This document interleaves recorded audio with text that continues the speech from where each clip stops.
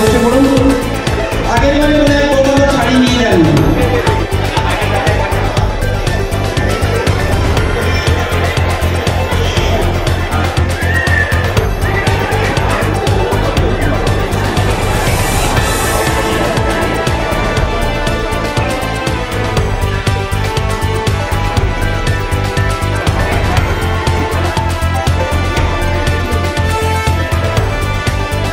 সুবিধা ঠিক আছে, সেটা করতে থাকুন। তারপরে আমরা আমাদের একটু শুরু করবো।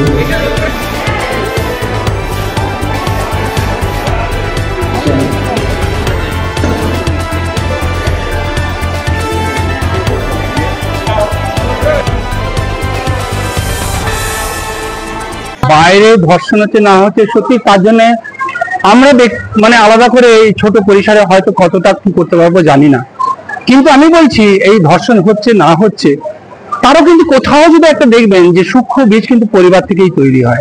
অর্থাৎ আমি সেই পরিবার থেকে তাকে অবহেলা করছি। একটা মেয়ে যে বিয়ের পরে হয়তো এই বাড়িতে 50 বছর 60 বছর বাস করবে, তাকেও পরের মেয়েই আখ্যা দিয়েই রেখে দিচ্ছি। তার মানে তাকে আমি আদর করে নিজের মতো করে আগলে রাখতে পারি না। বৌমারা মেয়ে হয়ে উঠতে পারে না, সব ক্ষেত্রে হয়তো না, কিন্তু বহু ক্ষেত্রে আমরা জানি।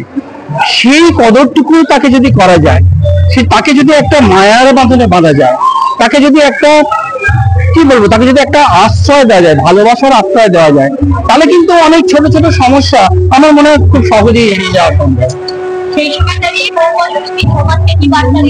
সমাজকে বার্তা দিচ্ছে এটাই যে প্রতি বাড়িতে বৌমা ষষ্ঠী পালিত হোক, বৌমারা নিজের মেয়ের মতো করেই থাকুন, শ্বশুরা বাবা হয়ে উঠুন, এবং পরিবারের সাথে, শুধু এই দুটো তো মানুষ নিয়ে পরিবার নয়, পরিবারের সঙ্গে একটা গভীর নিগুড় সম্পর্ক তৈরি হোক, এবং যে সম্পর্কের মধ্যে কোনো ছেদ থাকবে না।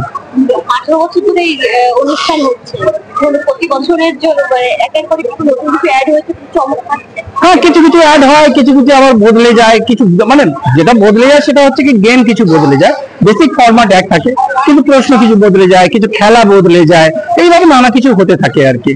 আর কিছু না, পুরো সেই জীবন বলে বেসিক্যালি বাহানা। আমরা যেটা খেলাধুলা করছি সেটা বাহানা।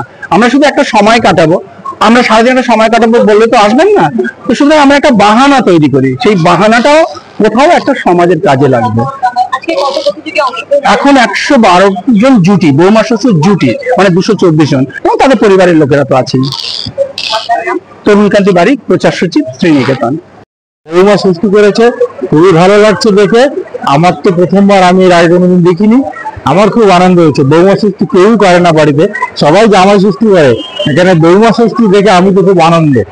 এরকম প্রথমবার দেখলাম আমার জীবনে প্রথমবারই দেখলাম, আমি খুবই আনন্দ পেলাম।